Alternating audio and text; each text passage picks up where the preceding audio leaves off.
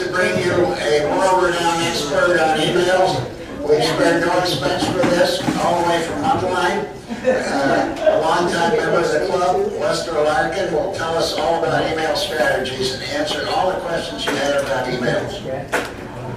Okay, hi everybody. Hi. Okay, I guess I'll get right to it. Oh wait, first, Yes. you know, there's a lot of different methods of communication, you know, electronic communication like Twitter and Facebook and all that other stuff. So, just out of curiosity, how many people use email on a fairly regular basis, like once a week? Oh yeah, that's like 90%. Okay. Well then, I hope everybody benefits from this. And those who don't use it regularly, maybe you'll find more reason to use it after this. Okay, there's two basic email types, webmail and local client. Now they both use the same paths to get to where they're going. And, oh, I see at the bottom of the slide it says basic etiquette, so that's near the end of the discussion. Both types of email use the same path. They use the internet to get, you know, from place to place. But there are some differences, and I use both over. I used to use just the local email client for a while because there were some real advantages to it.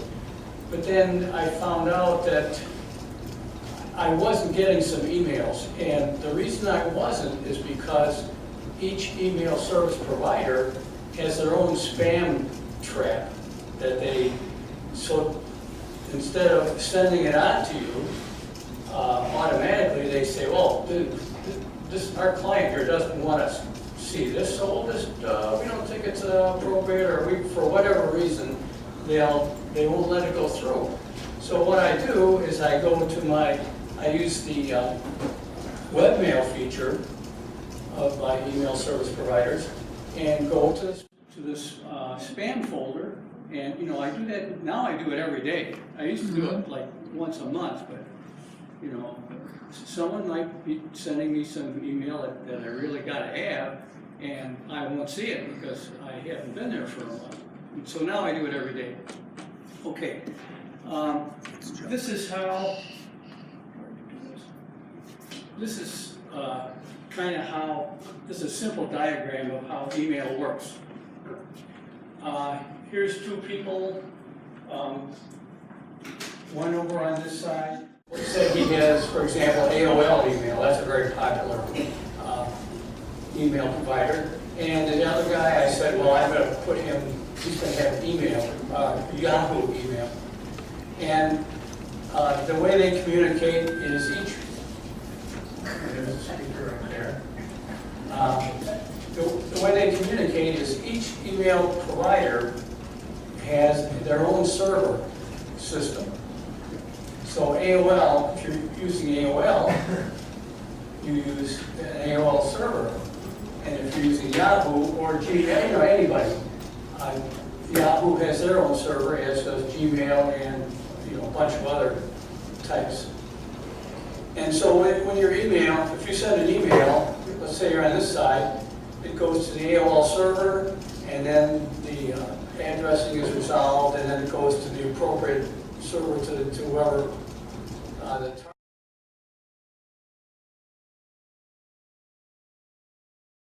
Over here downloads that email, and it works in both directions. So that's a simple diagram of how the email system works. Any questions? No. Webmail uses a browser. Let me show you an example of typical email. Okay, this is a webmail. Notice it's in a browser, and I have a bunch of tabs. Here I have, you can't see it probably. This says AOL up here because this is my AOL account. And then I have another one up here that's Gmail. I use basically two email providers. Actually, I have more than that, but I only actually use 2 of them in real. Why do you use 2? It's just something that happens over time. I picked a service provider a long time ago. Well, my first one, I think, was Net Zero. And then they said, yeah, that's pretty funny. Then one day they said, well, we're going to charge you guys, all our users, $10 a year. And that's not real bad, but the thing is, there's other providers that'll do it for free. So I said, well, okay, I'll go to someone else. And I think I did Hotmail for a while, and which is now, I think, called Outlook. It's a Microsoft service. Well, eventually I ended up with AOL. And then later I got a Gmail account, and I forgot why. But it's, I use it for well, it doesn't matter what I use it for. I use them both, but I use AOL. That's my main one. I get most of my emails through AOL. This has a couple of advantages. One is that it has I get to go look at the spam folder directly. It's right here. Just a quick question, do you pay for AOL? No. Okay. No. I pretty much don't pay for anything. Email always works, and I mean, it's what's available. Yes, Yvonne? And you can have several different email addresses. Oh, yes, Yes. absolutely. Yes. And they can be, you can have several with the same provider. Like I have at least 2 with the same provider. One is Les Larkin, and another one is, I got this name from The Simpsons, Max Power. That's one of my Max_Power at AOL.com. That's one that I use once in a while. Yes? How do you know which server you got? Well, regardless of your AOL address, you're going to go through an AOL server. As a matter of fact, I used to have a Netscape account, which was bought by AOL, so it shows up on if someone sends me an email at leslarkin@netscape.net, it comes right in shows up in my AOL email account. So how do we get AOL on our server or our computer? Well, you just go to their website and sign up for an account. Do we pay for it? No. Make sure, I think make sure you ask not to pay for it. Yes. Really? Because they'll offer a paid. Oh, yeah, you can probably have a paid service if you want. And that's probably to avoid, if you don't like the advertisements, which you can see over, well, let's see, I don't happen to have anything in my spam folder right now. I always get spam, but not right now. So this is yeah, I don't know why, but there's no, this panel over here, there's just 2 of them. This panel, oh, there's an ad right there. Yeah, See that? ads. So this is, I call it free, but it's advertiser supported. And, because they gotta make money, one way or another. And so advertising is how they do it.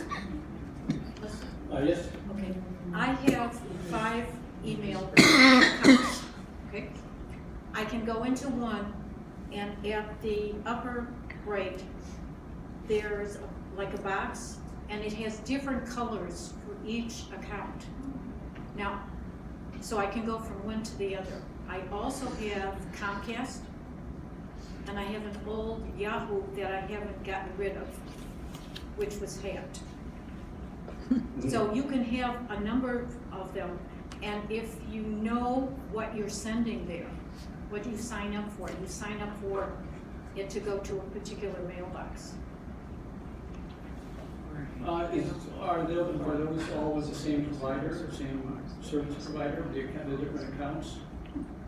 I go through AT&T. Okay, you're talking about who I have the internet with?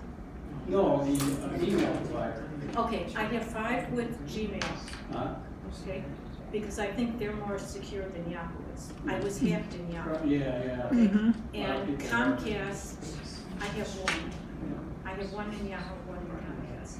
I had one, when I was teaching, they gave us a mailbox Yeah. with a provider, but that one went out of business. And Yeah. they consolidated, so that one is off and never got one. Phil? I have 58 email addresses. 58. But there's reason for it. If you've ever gotten an email from me, you won't remember the address, but it says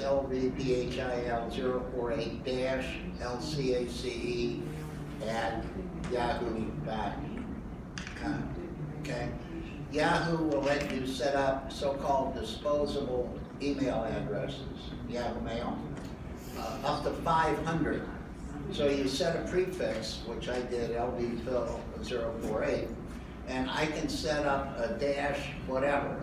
So if I want to have an account just for a particular website I'm shopping on, if I want to have one just for, you know, whatever, that if it's ever compromised, I can just cancel that email address without having to cancel my other ones. You don't have to do this. I'm guessing that you probably have that option with many of the other email providers if you want to. I also have a Gmail account as well, but I mean, the point is within Yahoo or within your email provider, you may have the option to set up some, under privacy and security, to set up this list of additional email addresses if you want to just confine them to certain websites. And some places require that you supply them with an email address, and you might want to know, keep track of why are you getting spam? Yeah, right. And so, Yeah. And you can cancel that account without affecting any of the others. that's right. Yeah. And so it may come to like in my case, whether it's in my Netscape or AIM address or AOL or I think there's one other one. They all come into the same inbox on my web account. Yeah. Yes. Yeah, that's optional to do that sort of thing, but all of the servers, major servers, allow you to attach your email access through their server. So you could get Gmail through the AOL server, Oh, okay. and vice versa. And Gmail has more unique capabilities. Yeah. But- Yep. So it's very confusing, Chris. I get emails through Gmail, and so I check the inbox every day, but most of my stuff is AOL. Linda? So, you're talking about spam in email. I don't know, how do you know you're being spammed in the email? I mean, I don't know what you're talking about.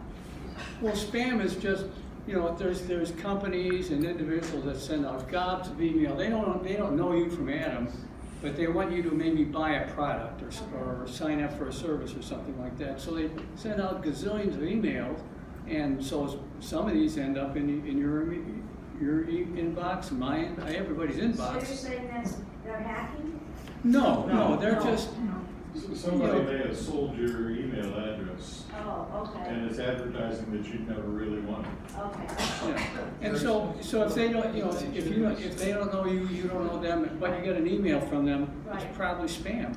And that's what the spam folder's yeah. about. But your service provider, your email provider has certain algorithms built into their email system that look for flags in these emails that says, I think this is spam, and automatically puts it in your spam folder. But they can be wrong. So once you find a spam folder down the left side here on your menu, Right, I've been in there. go check in there because you may find some legitimate emails mixed in there with the spam. And then you tell them, you have a choice of this, yes, this is a spam, delete it, this is not spam, Yeah. put it in my address Yeah. book so that it won't get, Yeah, you in can help spam. educate that algorithm by checking, this is spam on this screen, or this is not spam in your spam folder. Okay. Yeah, maybe by now I should know. By now I should have some spam. It's been several minutes. No, nothing yet. wow. just advertising. Don't confuse spam with trash. Right, okay. That's just Yeah. garbage. Trash is stuff that you have deleted, Yes. Right. that isn't gone yet. Right. Spam is stuff that your ISP or you telling it to do it, have said you don't want. And they don't want to tell you all their algorithms because that would tell the spammers how to get around things. Right. But a typical spam algorithm is you have one line in the email and it's a link to something. Yeah, That's almost always going to be interpreted by your server as spam. So think about that. If you send an email to somebody and all you put in the email is a link to something you want them to look at, they might not get it because their server may interpret it as spam. And there are other cases where you want to watch, somebody tells you that they didn't get an email, that maybe your email got interpreted as spam. And also, think of spam as the robocalls that you get on the telephone. You haven't solicited it, but maybe you clicked on a link, or maybe you just looked at an advertisement, and now they think you're interested. okay, I probably should mention some, there are some boxes here that I probably should mention what their purpose is. I mentioned the spam folder already, and Fred mentioned the trash folder. Now this is something that's automatically emptied after it gets too full, and so you really don't have to worry about it. But the nice thing about it, if you delete an email, you know where it went. It went to the trash. And so if you say, oh man, I didn't want to delete that, you can go back and get it. So there's usually a checkbox here. You can click on the checkbox, and then it'll give you an option. It'll say more here, and it'll say move to. You can move right back to the inbox. So so it's not. Or maybe you just want to read it. Maybe you think you missed something. You don't have to send it back to the inbox. You can just read it. Yes, Fred? And there's something you want to be aware of, because I just did it on my email. I was trying to look for Phil's email, and there's a button there that says empty your trash folder or empty your spam folder. If you move the mouse over there. Oh yeah, the If you spam click on folder, that, there's a trash can. If you click on that, Yeah. it empties that folder so you can't look up things anymore. Yeah. Okay. So I just Yeah, is clicked there on one? that by Yeah, there's mistake. one for the. You really don't want to empty the trash folder Without looking. just without thinking about yeah. it seriously, because you There's never stuff- know when there's something that you really wanted to delete. They'll routinely empty, at least AOL does, routinely empty the trash thing so it won't overflow and get all over your floor. Now, one thing you can do, at least in AOL mail, is you can create your own folders too. They give you some basic folders, and everybody has like inbox, drafts. Drafts are where you save emails that you're working on, emails that you sent, spam, and trash. Those are pretty standard.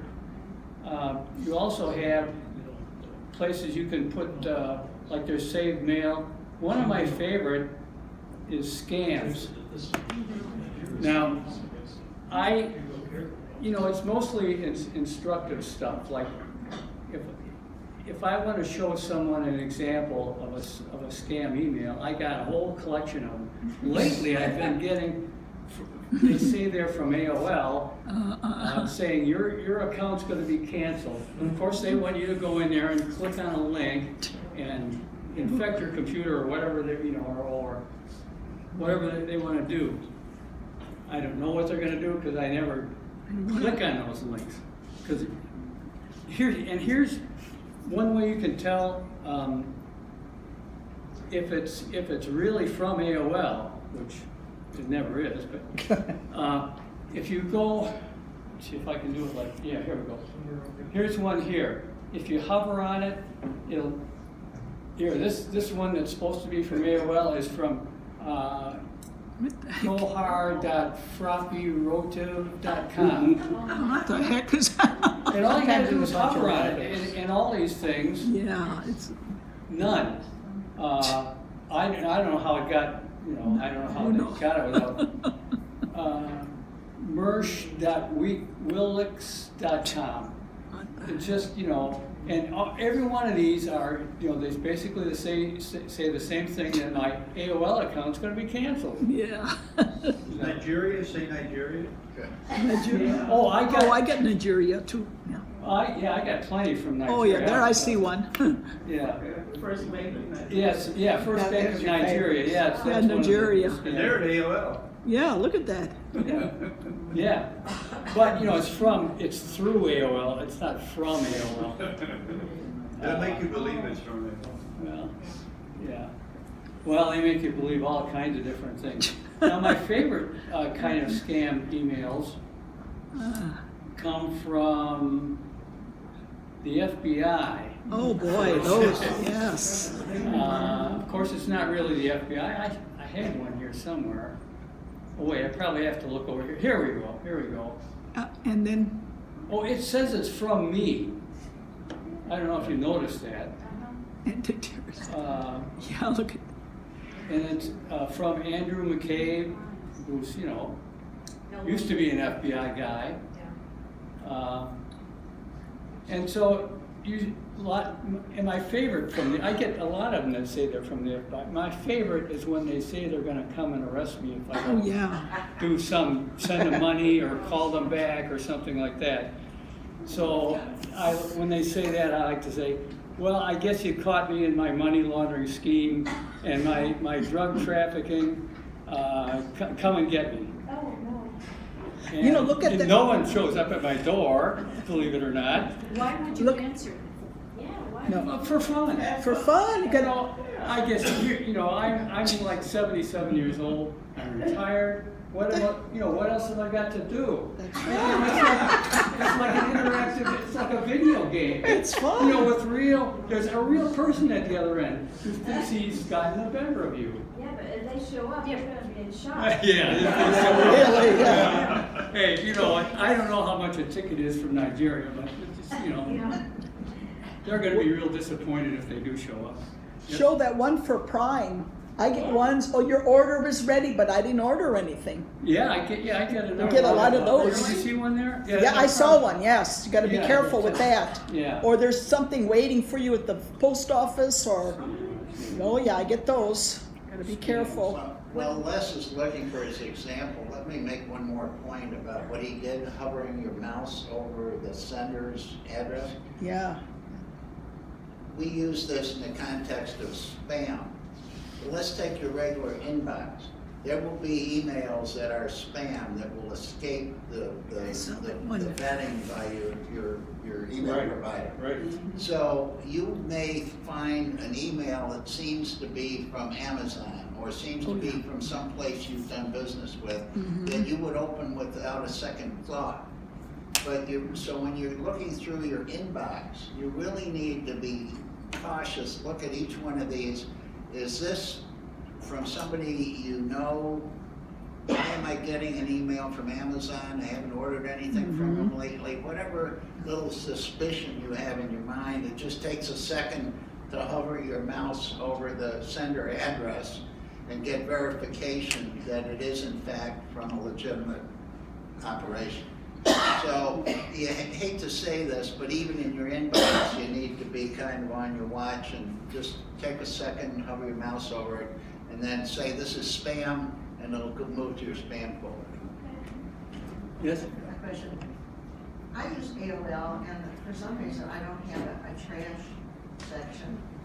So when I want to delete a message, I just delete it, and then it goes into recently deleted section. And then I go back into that if I want to, and then it says you want to permanently delete this. and I do. So does that go to the trash section, because I don't have that? Well, it sounds like if it says recently deleted, that just sounds like a different way to spell trash. Yeah, because it You're never right. came up on my section, I was wondering, that's the same thing. No, you're right. Yeah. Recently deleted is a term that AOL uses. Oh, okay. Well, this, I have they might have, AOL has an application, their own standalone email application. Yeah, that's probably what you're using. And I just noticed even said up there, somebody like got a message that's from Bank of America, which is my account, it says something about your account, it says, how do you know for sure that that is really a message from your bank? Or sometimes there'll be a thing that you click to go into your info at the bank. How do I know for sure that's really from the bank? Well, sometimes in the worst case scenario, you'd want to call the bank. Right. Or at least log into your bank. Just go into it direct through HTTP. Not through the email, not through the email, go through. Yeah, just Yeah, calls the up on you have to go to the website, go into your account, not using a link from the email. No, never use a link from the email Yeah. to go to a bank. So you go into the regular, just as if you didn't get the email. You go into your account online, and most financial institutions have a secure email link on their website. If they are sending you an email, that's where it'll be. Either that or it'll be a physical piece of paper they'll send you. But no, but sending you a serious email, a real financial institution will send you an email that says, go to your secure account at the website. So never click on a link. If there's any suspicion at all, don't click on a link Go to the web. on an email. If you have, there's that one thing, I forget how you do this, it says to put this in your address book, to make sure that it's properly sent to you, email. How do you do that? How do you get into that address book? Boy, I did that a long time ago, but nowadays I don't even bother with I it don't because even know if that's still there. if you get an email and it's going to go to one or two places. It's either going to go to your inbox or your spam folder. That's why I check the spam folder every day, because it's got to be, any email I get is going to be in one of those two places. And you can usually, I get about this many emails. In a day I get maybe this many spam emails. And you can just go down the list and pretty quickly tell which ones are the bad ones and which ones are the good ones. Okay, thanks. Yeah, Dave? To put an address in your address book, you can right click on the link that has the address in it. And then some options will come up, and one of them will be to add it to your address book. Oh, okay.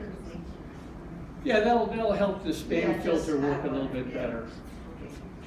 That's right. Yeah, a couple of things. One is to remember to hover over who it's from. That's always should be your first line of defense. Yes. If you hover over it and it doesn't say your bank name there, then forget it. And you got to be careful. Some of these guys, they might substitute a 1 for an L or something, lowercase l and 1 look an awful lot alike. Especially, there's some fonts that there is no difference. If you have this ones and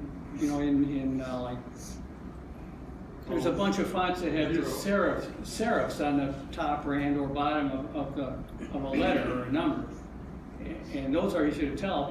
But what's starts with an A? There's a very popular font that you just can't tell the difference. It's just a vertical line, period, and that's it. And so you can't tell the difference between a 1 and an L. And so if there's a 1, like if AOL, if it's in lowercase, it could be AO1. And by looking at it, you can't tell the difference. So you got to be careful of that too. I mean, what you can do is copy the thing and stick it in a like a spreadsheet, for example. On most spreadsheets, you can put it in the cell, and it'll say you have the choice of making it all uppercase. And when it converts to uppercase, then you'll know. An uppercase L looks a lot different than a 1. So that's one way to tell. Linda? So what email address do you recommend? AOL, Gmail, Yahoo? Well, you know, I guess in my opinion, they're all pretty good. You know, I just happen to gravitate towards AOL over time. I could have just as well gravitated towards Yahoo or Gmail. I think they're all pretty good. So, you know, whatever feels. You might also look at their. Oh, one thing I like about AOL over Gmail is I like their web page, their page layout. When I go to Gmail, they have like 3 different boxes. It's like the main box, promotions, and social or something like that. And I just as soon have it all in one. I don't like that. I want all my good ones in one box and all the scams in another. That's all I want. JJ. Over the last year ago, there's been a few articles out about which one's most secure, and apparently Gmail has been winning out as most secure. Although I do have a Gmail and a Yahoo account. But there again, like I said, if you read the articles and check it out, you know, you'll find out, like I said, some people are reporting that Gmail is a more secure account than Yahoo. Okay, some of the characteristics of webmail is that they're advertiser supported, which we saw, you know, the one panel that had advertising in it. It stores email on a remote server, which is good and bad. One advantage is that you can go to any of your devices and that email will be there without you having to do anything. Now this is more when we had dial-up and transfer of data was a lot slower. The switching between the emails took more time because every time you want to open a new email, it's got to download a fresh copy from the server. So that took more time, especially if there's like a picture in it or something like that. You know, like a big enough picture would take all day. If you store it on a server, they typically only have one level of storage. Like on your computer, you have directories and subdirectories and sub-subdirectories. So you have multiple levels of, you know, as many as you want, as far as I know, levels of storage so you can organize emails. Let's see. An advantage is that all you have to do to get an email account is just sign up with the, you know, give them your, I don't know, whatever they ask for, I guess. They want your name, of course, and they want, a good idea is to have an alternate email address that you give them in case you get locked out. They can send you an unlocking device to your other email account. That's a good reason to have 2 emails. Yes, that is. Good point, Fred. Good point. Let's see. A lot of people provide webmail, and some of you might have email that comes with your internet service provider, the people that provide internet to your house. They have email accounts. The disadvantage of that, though, is if you change internet service providers, it may or may not be portable. Now, I used to have Comcast, and for some reason or another, they still provide me with email. If I, you know, not that I ever use it, because I'm scared that one of these days it's going to disappear. But that's one thing when picking an email account. It's probably better off not picking the same people that provide your internet service stuff, because you might leave them someday and switch to another provider. Around here we have Comcast and AT&T. Those are the 2 providers, unless you have a dial-up account. Does anybody have a dial-up account? Dial-up internet service provider? Landline. Yeah, you got to have a landline to do that. Huh? Yes? If you have the Infinity account, you can always have the messages from that account transferred to another email, Okay. okay? Yeah. And so you can Or keep does- track of it that way. Does Xfinity, which is also Comcast, do they do that automatically, even if you leave their? No. Leave their, I don't- Email I don't forwarding, you have believe to sign up so. for it. pardon? Email forwarding, you have to sign up for it. Yeah. Gmail will do it for you. Yes. Okay, now, when someone sends an email to your Comcast address, and if you leave Comcast, will they still, well, you know what, you really don't know, do you? You have to change your own account. Yeah, you gotta tell everybody, hey, I don't have Comcast anymore. Here's my email address. That's the best way to do it. I went over the, webmail provides, okay, I mentioned the Comcast and the AT&T because they're internet service providers, but the rest of them are like standalone. They don't have, as far as I know, they're not internet service providers also. They just do email. AOL, Google, Outlook, which used to be Hotmail, is my understanding, and Yahoo. Those are examples that I have there. Local client. Now that's, if you have a local client is a piece of software that runs on your computer. You know, and maybe you have more than one computer, so you got it running on several computers. And so, a couple examples. I used to use Outlook when I had a job and my employer was willing to pay $50 to Microsoft. And Outlook Express is also from Microsoft, that's free. I use Thunderbird, I've used it for 20 years maybe, or something like that, or more. And then Eudora is one that I used for a while too. Thunderbird is very well supported. I highly recommend it, and I'm going to show you some of the features of it pretty soon.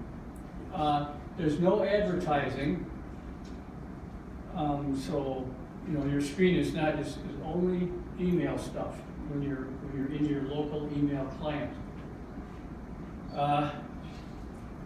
So it stores all the email, not on the servers, but on your computer. You can have it keep the email. There's an option in Thunderbird where you can keep it up there on the server until you delete it. Yes? If I remember correctly, Thunderbird was part of Mozilla, and Yes. they spun it off as a freestanding operation. Okay. Have you noticed any difference, or that was probably in the past year or something like Yeah. that? Have you noticed Yeah, any well, you're right. difference? No, I haven't. Okay. Nope, still works wonderfully. They Yeah, still, okay. you know, keep updating it. And, well, it's probably big enough. I mean, so many people use it that it's, you know, it's big enough to pretty much stand on its own. Okay, now, because you're storing your email on your computer instead of on a server somewhere, that makes you responsible for maintaining, you know, for not accidentally deleting it, keeping backups. I back up my email on multiple computers, and as a result, I haven't lost anything. And you know, I probably have emails that are like 20 years old in my email folders. I don't know why I keep them that long. Sending them, I guess, I don't know. Anyway, that's something you can do, but it does make you responsible for maintaining it. You know, if you lose it, that's your fault. Let's see, you have multi-level storage. Now, so I have emails. Let me give you an example here. Now, this is my email stuff, my local client. Okay, now here's my Thunderbird email client. Now, as you can see, you know, since I've acquired many email addresses over the years, I got up at the, I got hold the button. I got Gmail. Here's Comcast, Oh, here's one from the LCACE picnic at Gmail. That's, Fred, you know about that. Yeah. Because you were on it too. So, then there's a Linux Club, a Gmail address. Here's AIM. That's the one. That's my main email account. That's the one I use most. Then there's another one from Yahoo. There's my Max Power. Now notice here's one from AT&T. Notice that those are all different providers, but I can get those emails into one email client, so they're all in the same place.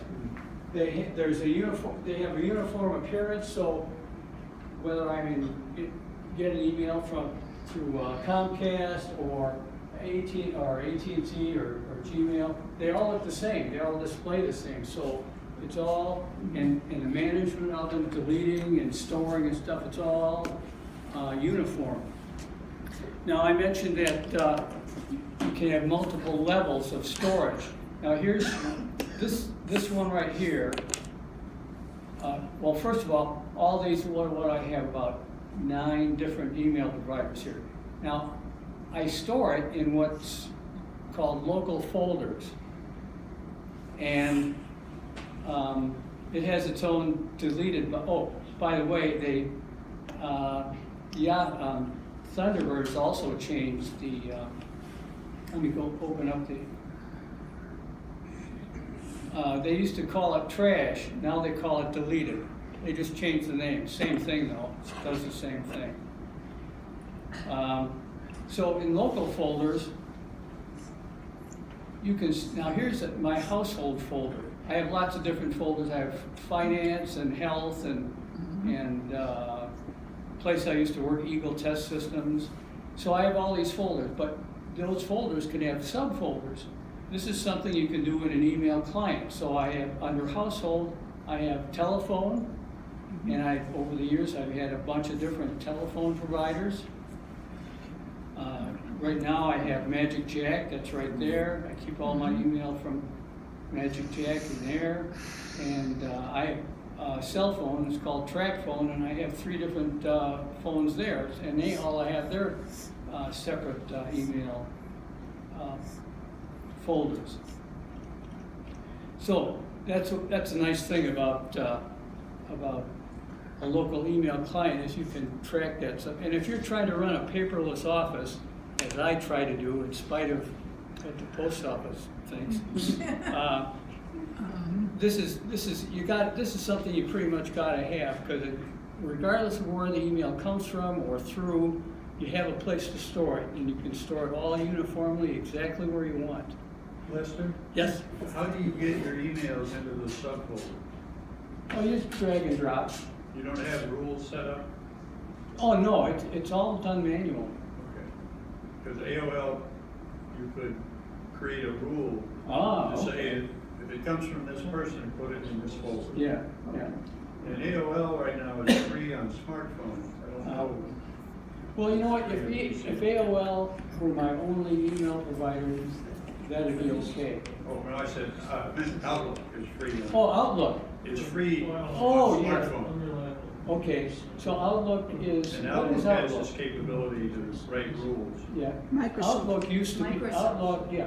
Outlook used to be a local email client, but I think they've changed since then. They have a capability to support things that use Microsoft Exchange, which is a mail server, Yeah. through a web server. Also, I noticed you got the POP3, that's for local. If you're in the cloud, it's IMAP. Well, I have that may be true. Yeah. I have a slide that describes the that. Yeah, I know. Yeah. Maybe I shouldn't have done this. Okay. I labeled all of my email accounts as POP3. Yeah, local, yes. At least one of them is an IMAP. Well, is that true? I'm not sure it is. Comcast, well, they used to have POP3, but now I have IMAP on Comcast. When I set it up, it gives you a choice. Which one do you want? Right, there's a choice there. Yes, Fred? Yeah, I think several of them will default to IMAP now. Yeah. And they won't tell you about POP3. Yeah. And that's, so you gotta fight to get POP3. Yeah, I think with Comcast, it's IMAP. Yeah. I also have local. I have Outlook local, but I made it to I made it IMAP. It could be either way. Yeah. Well, I don't want to. When I want to delete an email, I want it to be deleted from all my devices. I don't want to have to go through the POP. Yeah. If you're in POP, it'll just be on locally on your computer. But then when you want to delete something, well, it's just going to delete in your local, not in your IMAP, in your cloud. Yeah. There used to be a setting, at least in Thunderbird, that you had the choice. So do you want to take it off the server or do you not? Yes. Yeah. There's choices. Yeah. So it's you make that decision. Yeah. I found that my Thunderbird got too big, and then Yeah. they made some changes, and then I couldn't put my emails on it. Yeah. And then I stopped using it, and I thought it was really taking up an awful lot of my computer space. Yeah, I think you still have that choice. Let's see, if I go into my main email account here, if I click on this, it gives me settings for this account. And I can go into the settings and change it. And, gives me all of them, doesn't it? It used to be at the bottom. Here we go. Server settings.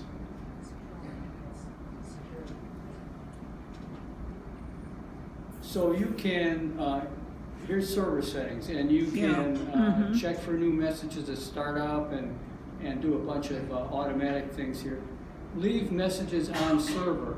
That's probably the one you're talking about. So you can check that box if you want to do that, and you can have it either permanently or for a number of days, which you can select. You can select the number of days you can leave it on the server. And so if it leaves it on the server for your main device or one device, it'll leave it on the server for all the rest of it.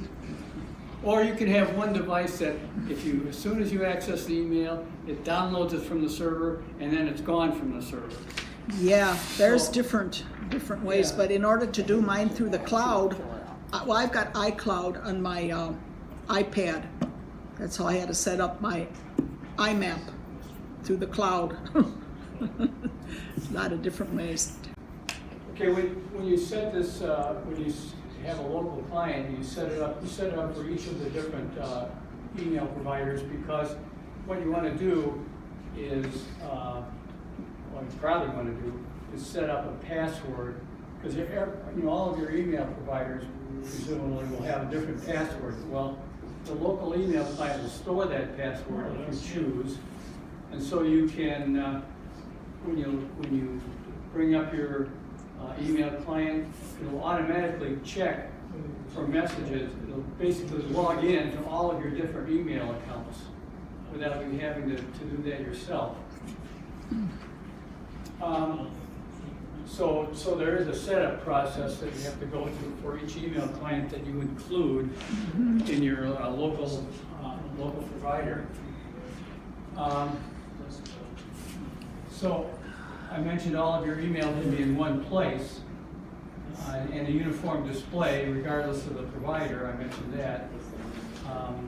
And here's some of the email providers that AOL, Google, Yahoo, and if you want your internet service provider, which is, I don't think it's a good idea, but it's available if you want it.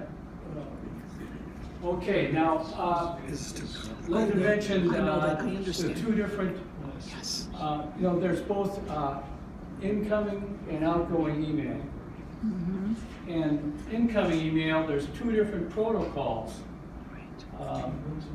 And one of them is, Dave, you got something you want to say?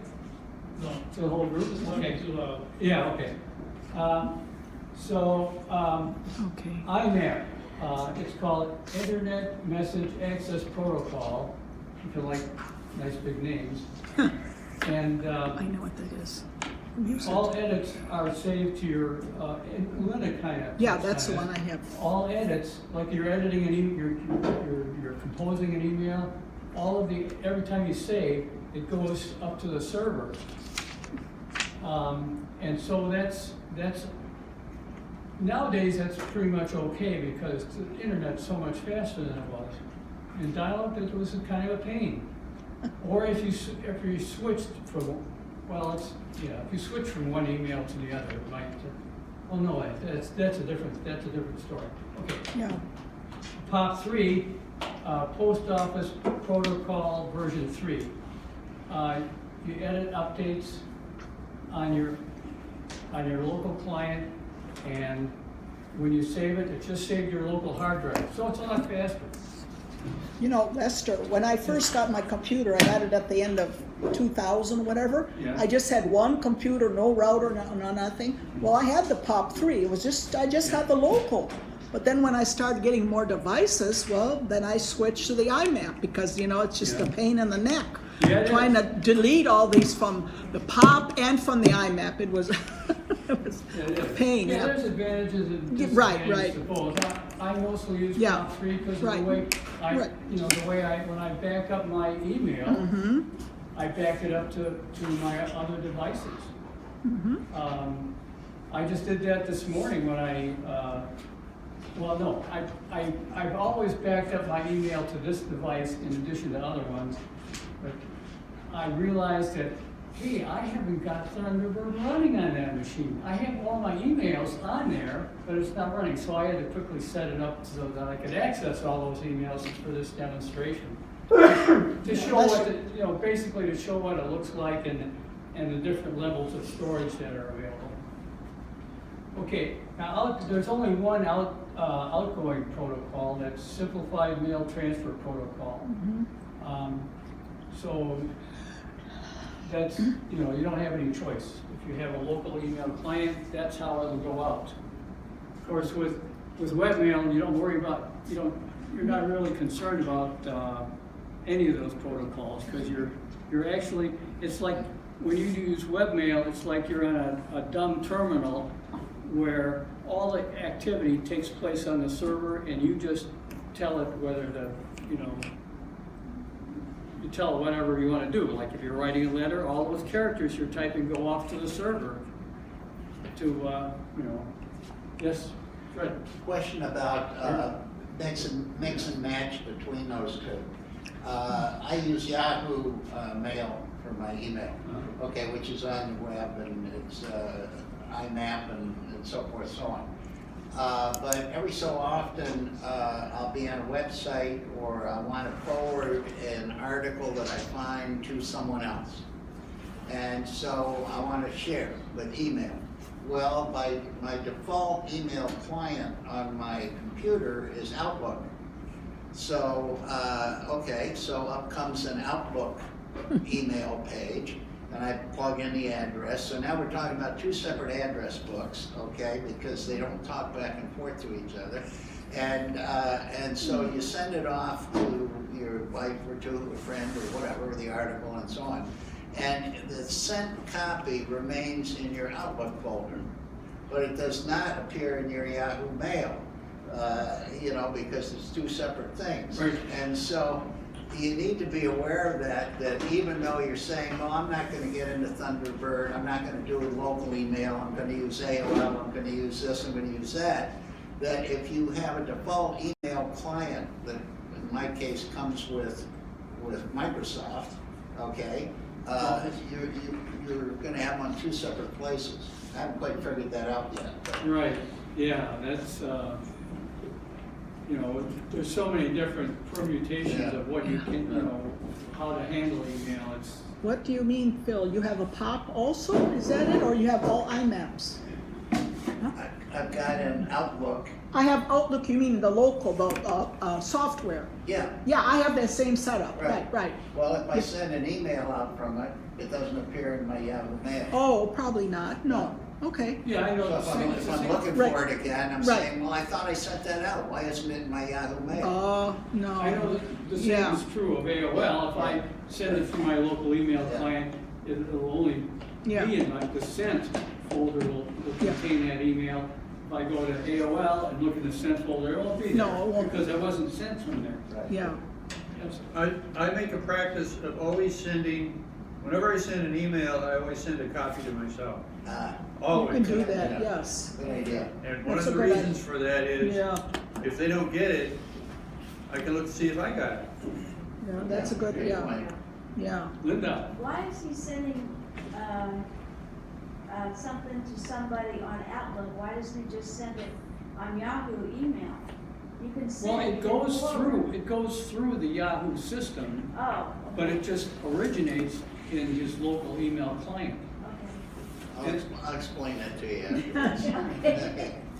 Yeah, the local email client and using a web browser are just two different ways of dealing with email.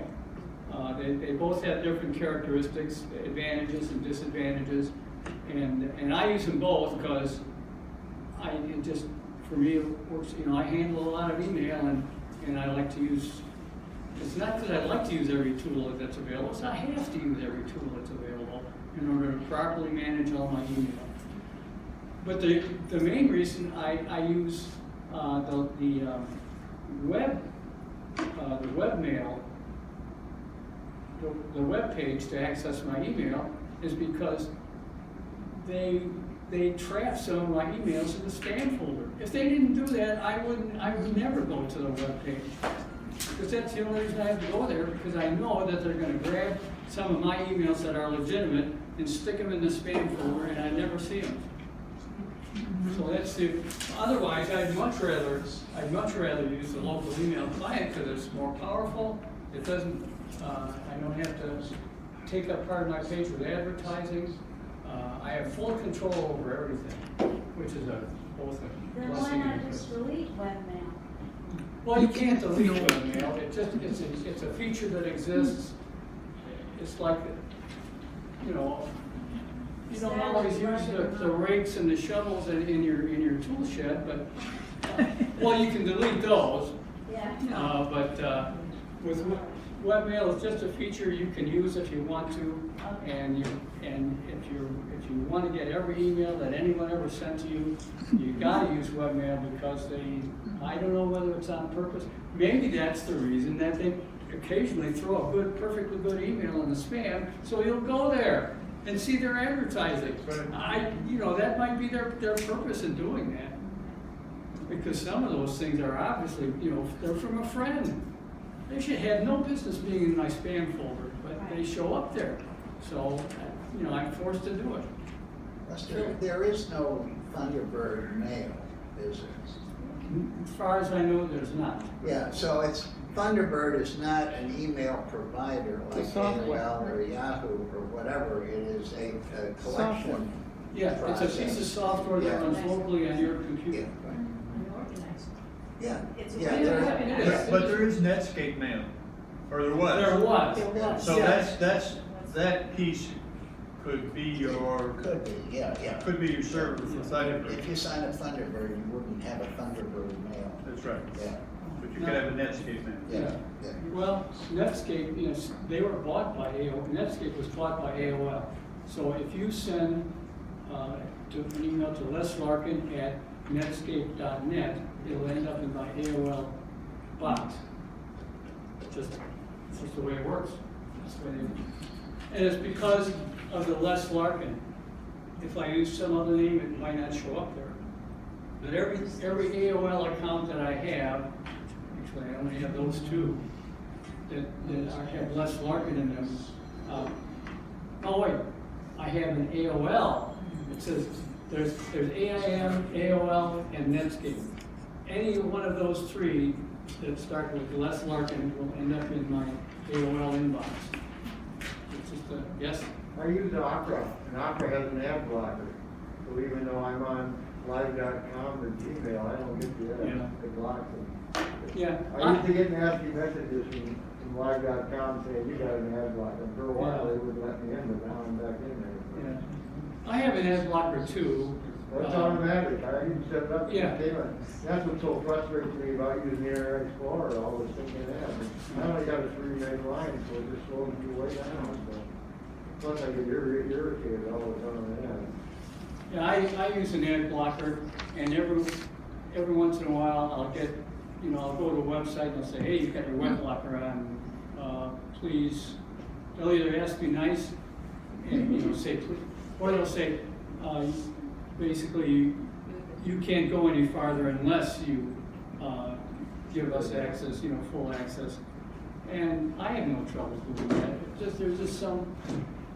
In fact, after a while, they started sending me, say, well, here, contribute so much to the ad blocker, and I really don't care that much about. It's a nice thing to have, but I could just as easily take the ad blocker off, and I think I'd almost be as happy. But it's it probably is a nice thing. I'm probably not seeing as much scammy advertising. And there's a lot of good advertising, and I'm perfectly happy with seeing that.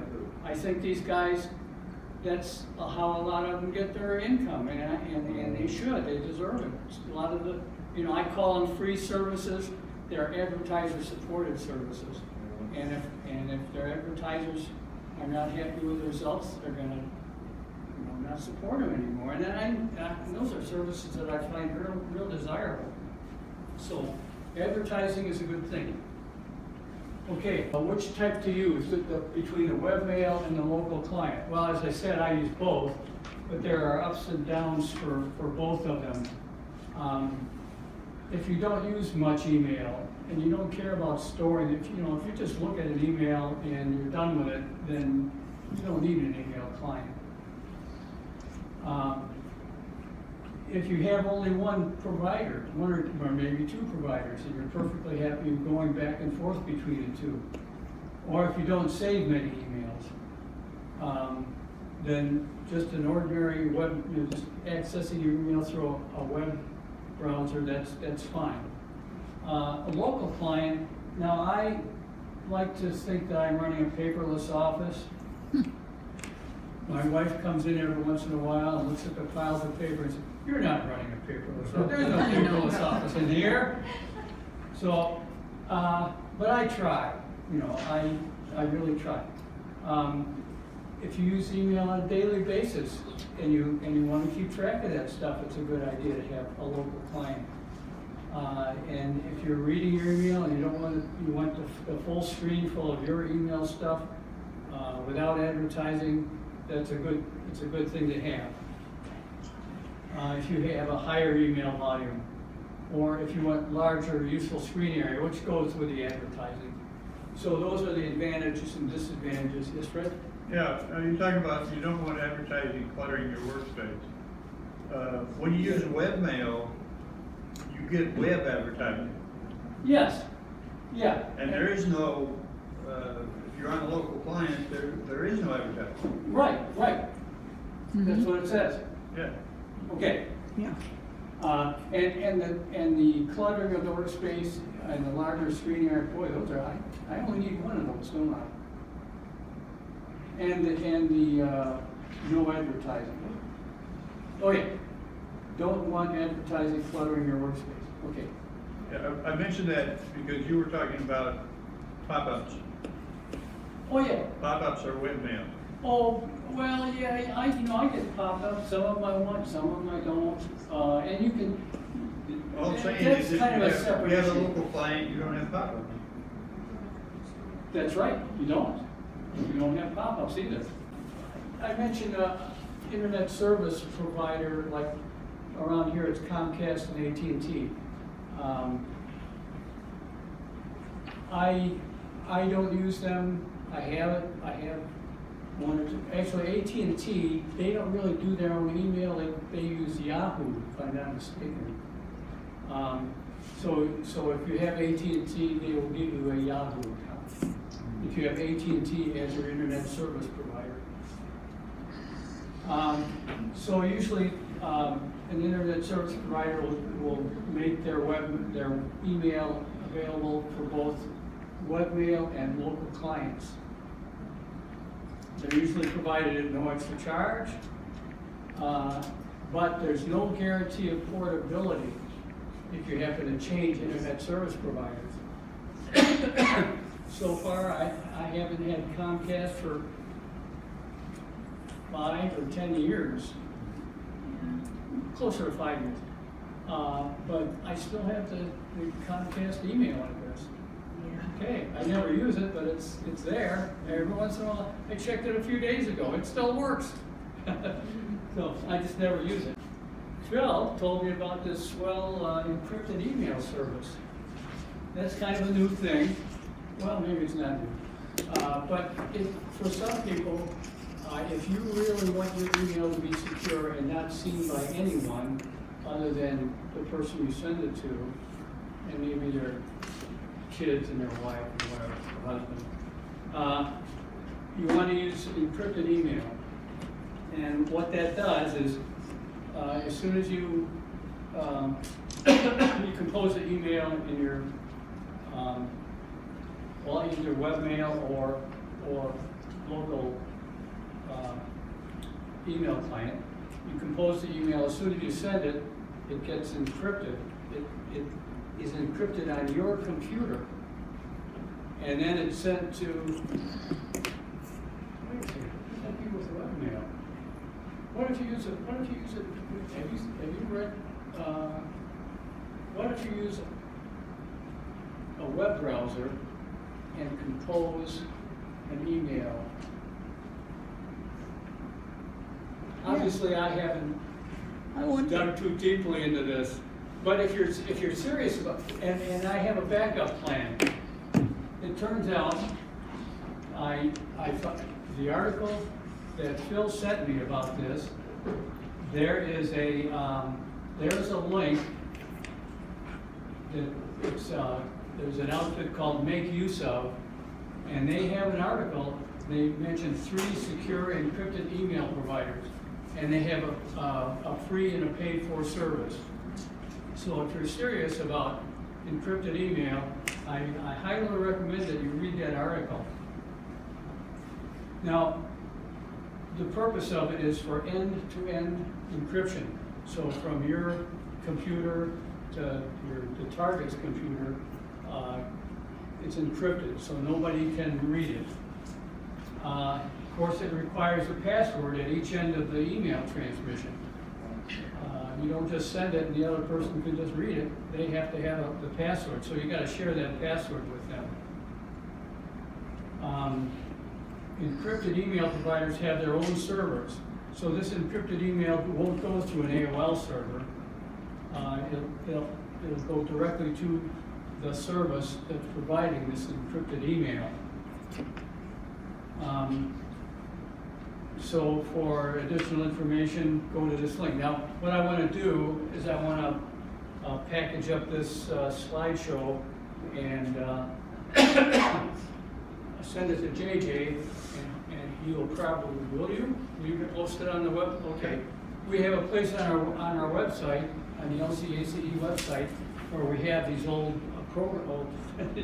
these presentations.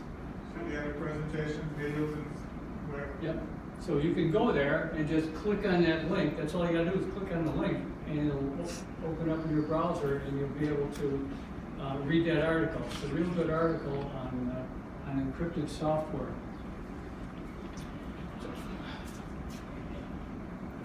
Any questions? Yeah, I got one. Yeah. Well, I think I might know the answer to this one, but are there any differences between an ad blocker and a pop-up blocker? Yes. I think yes. I don't know that there is a pop-up blocker. I think I've never had a problem with pop-up. There is a pop-up blocker because sometimes if you put it on, then you don't get, like if you click on the link, it won't open up the link. It won't open up that box that's supposed to open. So if you were logging into someplace, say, and you wanted to use your Facebook account to log into whatever, if you wanted to do that, it opens up a little box. So if you've got a pop-up blocker, it's gonna block that from opening up. So you can't use it, which you need to take off for that particular instance. I have Yeah, I that too. mean, it can kind of be a nuisance, I think. There's other kinds of advertising besides pop-ups. Yes. Yes. You have an AOL client, which most people don't have anymore. If you did have an AOL client, AOL can embed ads in that when you use that client. Yeah. And we saw something there where you had an ad over there on one side. Right. That was like AOL might do. Yeah. I don't know that it was. I didn't It was in the notice it. spam. You went and clicked on it. It's Kia, I think. Yeah, the car, goes over the top right-hand corner. But it wasn't a Oh, there was pop-up. It said Kia, Well, that was on the web page, wasn't it? That was I don't on know, but it's not a part of- pop-up. yeah. Okay, yeah. I don't want to block advertising on my AOL email provider. That's how they make money. That doesn't mean I have to buy everything that shows up there, though, you know, obviously. But they're a nuisance. But, well, you know what, it only takes up a part of the screen. It depends, you know, if you just have a handheld device, it might take up a really good percentage of the screen. But on my computers at home, I got a screen that's that wide and that high. Oh, well, yeah. It's a TV is what it is. Yeah. And, you know, it takes up room, but I still have all this other room that I can do useful work on, so I barely know I barely know it's there. Yeah. So it's really not bad. I wish I could get rid of it, I don't like it. If you have a small, Get a bigger screen. It's about 21 inches. Oh, okay. It's just a nuisance. Yeah. but, Well, you know what, I think AOL has an option where you can pay for the service. And then the advertisement, I think is that the case? Fred thinks that's the case. yeah. Who wants to So pay? just send them money, and they'll probably take the advertising away. I already sent the money, I got them cancel, so I'm gonna go home and say, I don't wanna pay you anymore. No. Well, I wouldn't, if you pay them and they're doing advertising, then either there was a miscommunication or they're not living up to what they, yes, Dave? Talking about advertising, there are good advertisers and bad advertisers. Good ones always have a little blue triangle in one of the corners of the screen, or one of the corners of their ad. You see that little blue triangle, that's one of the good advertisements. If you don't see the blue triangle, you're good. Your computer's been infected. Oh, okay. Well, you know, I hate to say this, but all the advertising I see, you know, I probably pay attention to maybe less than 1% of it anyway. But, you know, I just as soon get my services free and have this thing. You know, everybody's different. Everybody's different. So everybody has the option of doing one thing or the other. On this phone, I have several ad blockers because sometimes I'm reading, it's all these, I can't even see my screen. Go crazy on here. Well, I just thought of a trick. You know, both Windows, probably Apple does too, but I know Windows and Linux both have a provision where you can blow up the screen, you know, expand the screen.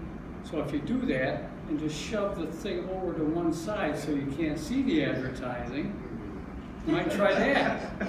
Try that. I haven't tried that. Yeah, that might work. That might work for you. Well, If I would, it would probably work for me if I was concerned. If you care. Yes. do you have more presentation? A little bit more. Let's see. I haven't got much really. Oh wait, I want to go to the next one. Yeah, this is the last slide.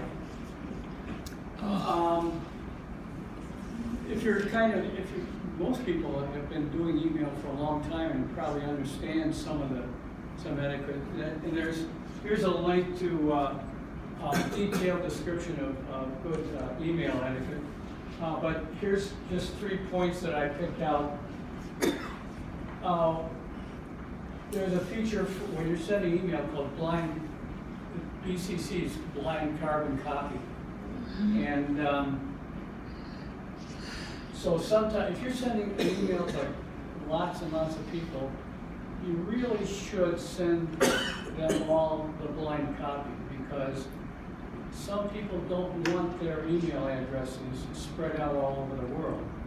And one serious downside of not using it is that you'll send this, basically, when you send an email, it has the list of all the people you're sending it to, unless you do a blind copy. So if someone gets, might be a friend of yours or an associate, you send them an email and they get hacked. Now, whoever hacks it has access to all those email addresses. And you really don't want to do that, especially if they're a good friend. You don't want to do that to anybody, actually. You shouldn't type in all uppercase letters. It's like you're yelling at a person. I don't know, a lot of the people in Nigeria who send spam emails, they do a lot of uppercase stuff. That's one of the identifiers. That's another, if you send an email in all uppercase letters, it's, oh, this is from Nigeria, delete. So it's a good idea not to use all uppercase letters. And the last one here is, don't forward email just because it says you should. Like chain letters and stuff like that used to be around. They probably still are. I haven't gotten any in a gazillion years. That's fine. If you don't send this letter to 10 people, you're going to have really bad luck. There was a recent, I watch old TV shows. One of them is Home Improvement, and Tim got a chain letter and something about if you don't, one guy didn't send this, and a naval officer in Borneo, and he got decapitated. So some of the stuff might be real scary, but just as a courtesy, don't send an email just because the email says you should send it, pass it on, because we get enough spam in our email boxes. So there's a link you can click on if you download this slideshow. It's the only two links I have, is this one and the one for encrypted email. So if you want more etiquette tips, that's a good place to go. Okay, any questions? That about wraps it up. Any questions? I have a statement. Yep. Another way of using a blind email, and I'm not sure if it's all browsers, but I use Vivaldi, and I have a Vivaldi email, which comes to me, but it doesn't show my email. And also, if you want encrypted messaging, Signal is an encrypted message thing that's used. My grandson uses it. So if he has something he only doesn't want anybody else to see, and he sends it to me, or if you have somebody that wants to not let you know anything, you can send it through Signal and it'll be encrypted and nobody else can read it anywhere. Okay. If anybody wants to know about that, maybe would you like to talk? Would you like to, if someone came up to you, what were you talking about? What's this Signal stuff all about? Yeah. Would you be willing to talk about it? Yeah, I can. Okay, good. Possibly. So if you have any questions after this thing, you can talk about it. Okay. You had, yes? Yeah. What's your opinion on, people putting their names in their, as part of their email addresses? Because when I first learned about, email, the instructor told me that, you should never put your name in your email address, otherwise people will know who you are. Well, yeah, everybody has a different degree of privacy concerns. I don't give a hoot all that much, so I'm perfectly happy to put my name in. except for the one that's max power, that's a different story. But, you know, it's up to the individual. You can do that. A lot of people do that. You look at the name, in the email address, and it doesn't look like a name at all. You can use numbers, I suppose, and you know, whatever works, whatever you're comfortable with. Yeah, I kind of think, I do the reverse. I always make sure I have an identifier when I send an email. Because lots of times you send it out to a group, and depending on their client, it may not identify where it really came from. So you don't know, well, who's this from? I always put my initials at the end of an email. Always. This may not be as relevant to this group, but you might want to share with younger people with whom you have some relationship, that in this day of online job applications being often the only way to apply for a job, they might want to have multiple email addresses, one for their friends and one for professional purposes. When I was a college professor, the university gave every student an email address, and it did have some combination of their name, initials, depending on whether the name was very common or not. There would be numbers or something at the end of it, at universityname.edu. And one of my standard first day of class comments was, if you have an email address where you were allowed to select your own name and you picked something that you thought was funny or cute or maybe a little suggestive, and you send me an email from that address, you're not going to get an answer. You need to use your university email address to me, or something that looks a little more professional. I gave that spiel one day, and a couple days later I'm in the hallway of the university, and a student came literally face to face with me. Why haven't you answered my email? And there was a question about whether a class was going to be canceled or something. The student is face to face with me in the hallway of the university saying, why haven't you answered your email? I said, well, I don't make a practice of being rude like that, at least not this early in the semester. And this student, face to face in the middle of the hallway during a passing period, loud voice tells me the email address, and it was one of those not so professional ones, and I just, that's why. If you want to be taken seriously, again, share this with especially younger people with whom you might have some influence. If they want to be taken seriously, then their email address ought to reflect that kind of professional seriousness. That's real good. To me, that's good for every email. To me, email is a serious thing. That's how I communicate, and I like to be taken seriously. Even if I'm Maxwell Power that day, I still like to be taken seriously. Yes. I just got one question. When I set up my email at the very beginning, when I knew nothing about computers, I did put in my full name, and I always wondered, now it's in there, if I wanted to change it to something else, are all my emails then redirected to the new email address? You know what? I don't know that. Depends on the portability thing. Or if you want to separate, and I have an extra one that's more stuff you really want to read right away versus just stuff that comes in. If the stuff's already in there, how do you transfer to? Well, you could forward your old emails to your new email address. Yeah. But you have to go through and change it with everybody should deal with it, make sure it's changed.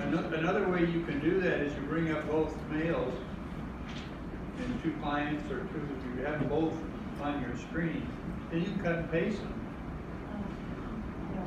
Take everything in this list, paste it over into that other email client. Are you talking about your email service provider your name as it appears to them and how they use it? Well, anybody that wants to send me an email is my name at AOL.com. Yeah. So whatever I get will be directed to that, and I always thought, gee, I don't know if I really want to keep that, and I thought about being Yeah. really on my credential or something. Yeah, you know, it's probably between you and the provider, you know, maybe they allow you to change your name in the same account, or maybe you have And then it'll to delete the old account and create a new It'll one. get redirected automatically that way, you mean? I don't know. Fred mentioned that in Gmail they will forward email to you, but it's possible that, I don't know if AOL does or not. Otherwise, if I have certain emails I want to see right away that are more important, I could set up another email account, and then I have to notify those places to redirect to that. Yeah, you can set up as many. I'm not sure how you do all that, Yeah, you can, as far as I know, you can, you know, it's true, that you can set up as many email accounts as you care to keep track of. That's a good point. Over time, it gets big, like I got 9 of them that, you know, I basically look at 2 on a regular basis, maybe as many as 4 on a weekly or monthly basis. But there's a lot of them I pay no attention to at all anymore. What I would suggest you do is you set up the new account and forward the email to the new account, okay? And then when you get them in the new account, you look at them, do you want it, do you not want it? You can always go into the email and change the address for them to send it to. And then all you do is delete that, and you know, it'll take time, but you can decide what you want and what you don't want. You might want some on the first account, and a lot of them on the second one, to distinguish who's got it. One more. There used to be a website, and I don't know if one still exists. I know the one that I used to use doesn't, where you could, I don't remember how it was called or how you got it, but if you changed emails and that company went out of existence, like we were Excel reps and I had an Excel.com, then I'd say everybody who has this, and I was able to choose who it would go to. In other words, not advertising, but if it's a friend, somebody that had my email directly, then it would forward to the new account. It would give them the name, the new account address. I would think it's gotta be still out, something similar out there. I'm not quite sure how you would search for it, but I would think with people having so many different emails and with companies going out of existence, that it probably still exists. I know when you're talking about your college or whatever, your EDU address, my college gives me an EDU address, and needless to say, I haven't been there for a couple of days. Okay. Lester, thank you very much. Oh, Appreciate it. Good job. Okay, thanks everybody. Don't forget, if you want to go out to lunch, get together in the back of